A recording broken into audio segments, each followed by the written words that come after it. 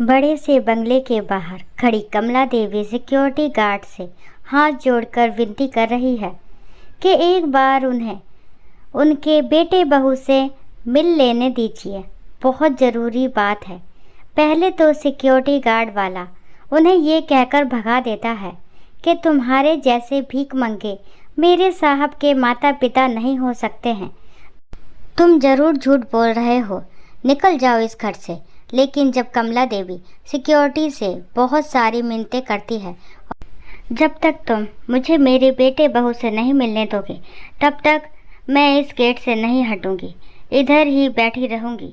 आज मेरे पति अस्पताल में बीमार पड़े हैं, उनके इलाज के लिए पैसों की ज़रूरत है। मेरे पास उनके इलाज के लिए पैसे नहीं हैं। मेरे बेटे का इतना बड़ा बिजनेस है, उसके पास इतने सारे पैसे हैं, क्या वह अपने पिता की बीमारी में थोड़े से पैसे खर्च नहीं कर सकता है?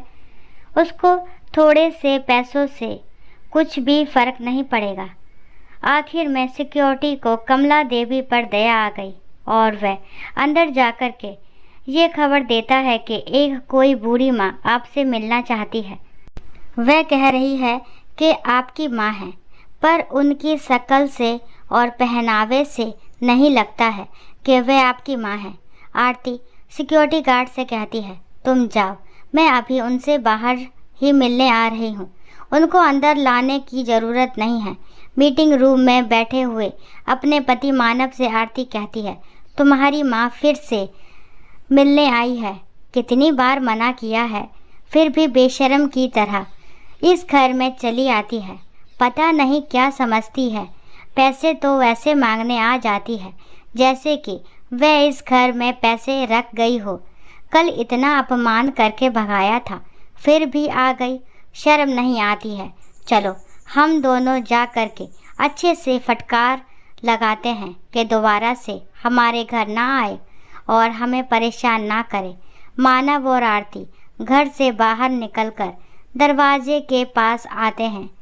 अपने बेटे बहू को आता देखकर कि कमला देवी आशा भरी निगाहों से अपने बहू बेटे की तरफ देख रही है कि बहू बेटे उनसे मिलने आ रहे हैं तो ज़रूर वे मेरी मदद कर देंगे। कमला देवी अपनी बहू बेटों के सामने हाथ जोड़कर खड़ी हुई। बेटा तुम आ गए, बहुत अच्छा किया। तुम्हारे पिताजी की तबीयत बहुत ज़्यादा ख़राब है, वे 4 दिनों से अस्पताल में भर्ती हैं। मैं बराबर 4 दिन से घर पर आ रही हूँ, लेकिन तुम मिलते ही नहीं थे। सिर्फ बहू मिलती थी और वे मना कर देती थी। बेटा तुम्हारे पिताजी के इलाज के लिए पैसों की ज़रूरत है, मुझे कुछ पैसे दे दो। ए बुढ़िया, चल निकल जा इधर से, कोई पैसा वैसा नहीं मिलेगा तुम्हें। पहले ही हम तुम्हारे ऊपर बहुत सारा खर्च कर चुके हैं। अभी 4 दिन पहले आई थी, तभी तुमने पैसे मांगे थे। मैंने तुम्हें 2000 रुपये दिए थे ना, अब इससे ज़्यादा रुपए तुम्हें नहीं मिलने वाले हैं। निकल जाओ इस घर से। बेटा जो तुमने 2000 रुपये दिए थे, उससे तो तुम्हारे ससुर जी की 2 दिन की दवाइयाँ भी नहीं आई। मेरे पास इतने पैसे नहीं कि मैं उनकी दवाइयाँ का और इलाज का खर्चा उठा सकूं। बेटा तुम तो अपने पिता के बारे में कुछ सोच, आखिरकार वह तेरे पिताजी हैं। माँ मेरे से ये फालतू की बातें मत किया करो और मुझे इमोशनल ब्लैकमेल करने की कोशिश कर रही हो, मुझे सब समझ में आता है। मैं इतनी आसानी से तुम्हारी बातों में नहीं आने वाला हूँ और अब वापस से इस घर में कभी मत आना। अपने बेटे बहू की बातें सुनकर कमला देवी निराश हो गई। मानव अपनी पत्नी आरती से कहता है, आरती मैं मीटिंग के लिए निकल रहा हूँ, शाम तक वापस आऊँगा। अपने बेटे को कार से कहीं जाते हुए देखा तो कमला देवी ने कहा, बेटा तुम ऑफिस जा रहे हो, ऑफिस के रास्ते में ही सरकारी अस्पताल पड़ता है, क्या मुझे अपनी कार से अस्पताल छोड़ने चलोगे? इतना तो अपनी माँ के लिए कर ही सकते हो। आरती दमकते हुए अपनी सास से कहती है, बुढ़िया तेरी औकात नहीं है कार में बैठने की, चुपचाप से पैदल निकल जा। मेरी कार से छूने की हिम्मत भी मत करना। तुझे अपनी कार में बिठाकर मुझे कार को गंदा नहीं करना है। पता नहीं कहाँ कहाँ से चले आते हैं कार में बैठने के लिए। औकात देखी है अपनी? ऑटो में बैठने की औकात नहीं है और कार में बैठने की बात कर रही हो। चल निकल जा यहाँ से।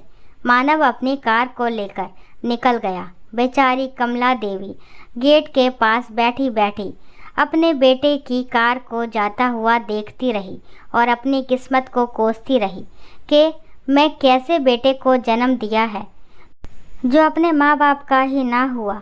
क्या कुछ नहीं किया था हमने अपने बेटे के लिए? सब कुछ तो अपना दांव पर लगा दिया था। अगर आज हमने अपना सब कुछ दांव पर नहीं लगाया होता तो शायद आज तस्वीर कुछ और ही होती। अपने बेटे को पढ़ाने के लिए घर जमीन जायदाद सब कुछ बेच दिया, सब बेचकर इतना बड़ा बिजनेस करवाया। पर आज बेटे ने हमारे साथ क्या किया? इतना तो पराये भी नहीं करते हैं किसी के साथ जितना पराया हमारे बेटे ने हमें कर दिया है। कमला देवी गेट के बाहर थकी टूटी सी बैठी थी। आंखों से आंसू थम ही नहीं रहे थे। उन्होंने अपने फटे हुए आंचल से आंखें पोंछी और एक गहरी सांस लेकर आसमान की ओर देखा। हे भगवान, तूने ही दिया था ये बेटा, अब तू ही देख ले। जो अपने माँ बाप की कदर ना करे उसके लिए तू ही इंसाफ कर। वो धीरे धीरे पैदल उठी, अपनी टूटी चप्पल को घसीटती हुई चल दी। उस दिन से उन्होंने फैसला कर लिया था अब इस घर का रुख कभी नहीं करेगी। 6 महीने बाद मानव ऑफिस में बैठकर मीटिंग कर रहा था जब एक फ़ोन आया। फ़ोन अस्पताल से था।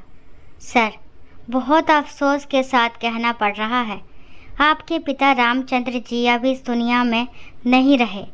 मानव एकदम चौंक गया। वो कुछ पल के लिए निशब्द हो गया। क्या? लेकिन किस अस्पताल में थे वो? मुझे क्यों नहीं बताया?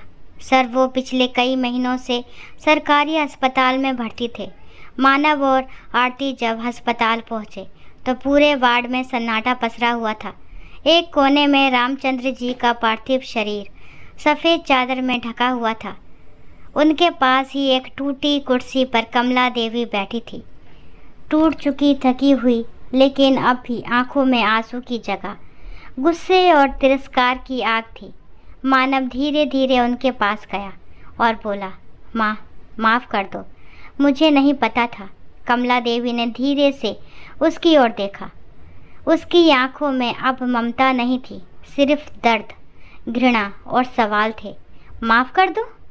जिस बेटे ने अपने बाप को अस्पताल में तड़पते छोड़ दिया, अपनी माँ को दरवाजे से भगा दिया, वो अब माफ़ी मांगने आया है? तेरे बाप ने तुझे पढ़ाने के लिए सब कुछ बेचा और तूने उसे बिना दवा के मरने दिया। मानव घुटनों पर गिर पड़ा। प्लीज़ माँ, मैं बहुत शर्मिंदा हूँ, कम से कम अंतिम संस्कार करने दो, मुझे पापा को कंधा देने दो। कमला देवी ने गुस्से में उसकी ओर उंगली उठाई। रुक जा, तुझसे तो तेरे बाप ने जीते जी उम्मीद छोड़ दी थी, अब तू उसका अंतिम सफ़र तय करने लायक नहीं रहा। फिर उन्होंने बाहर खड़े 2 लड़कों को इशारा किया जो गरीब थे लेकिन इंसानियत में अमीर। इन 2 लड़कों ने तेरे बाप को अस्पताल में संभाला, खाना खिलाया, दवा लाकर दी, और तू सिर्फ दौलत में उलझा रहा। अब वही इनका अंतिम संस्कार करेंगे और तू इस शरीर को छूने के लायक भी नहीं। कमला देवी ने अपने पति के पार्थिव शरीर की ओर देखा। रामचंद्र जी, अब आपको अपनों की नहीं, इंसानों की ज़रूरत है। शरीर को अजनबियों की मदद से स्ट्रेचर पर रखकर एम्बुलेंस तक ले जाया गया। मानव बस देखता रह गया। ना माँ ने उसे पास आने दिया, ना बाप के शरीर को छूने दिया। जब एम्बुलेंस चली गई तब मानव वहीं ज़मीन पर बैठा रहा, हाथ जोड़कर रोता रहा। माँ, पापा, माफ़ कर दो, मैं बहुत देर कर चुका हूँ, लेकिन अब बहुत देर हो चुकी थी। जिसने अपने माँ बाप को जीते जी ठुकरा दिया, उसे उनकी मौत में भी अधिकार नहीं मिलते। सच्ची इंसानियत खून के रिश्तों से नहीं, कर्मों से तय होती है। और जो अपने माता पिता को समय पर नहीं समझते, वो ज़िंदगी भर पछताते हैं। दोस्तों, आशा करती हूँ ये कहानी आपको ज़रूर पसंद आई होगी। अगर कहानी पसंद आती है तो प्लीज़ मेरे चैनल को लाइक शेयर सब्सक्राइब करना ना भूलें। और आप कमेंट नहीं करते, अगर कहानी अच्छी लगती है तो भी कमेंट करा करें प्लीज़। और अगर कहानी नहीं अच्छी लगती तो भी बताया करें, मैं उसमें सुधार करा करूँगी। अगर कहानी अच्छी लगी है तो प्लीज़ लाइक शेयर सब्सक्राइब करना ना भूलें। और इस कहानी के बारे में आपके जो भी विचार है कमेंट बॉक्स में ज़रूर बताएं। कहानी को लास्ट तक सुनने के लिए थैंक यू। राम राम, राधे राधे।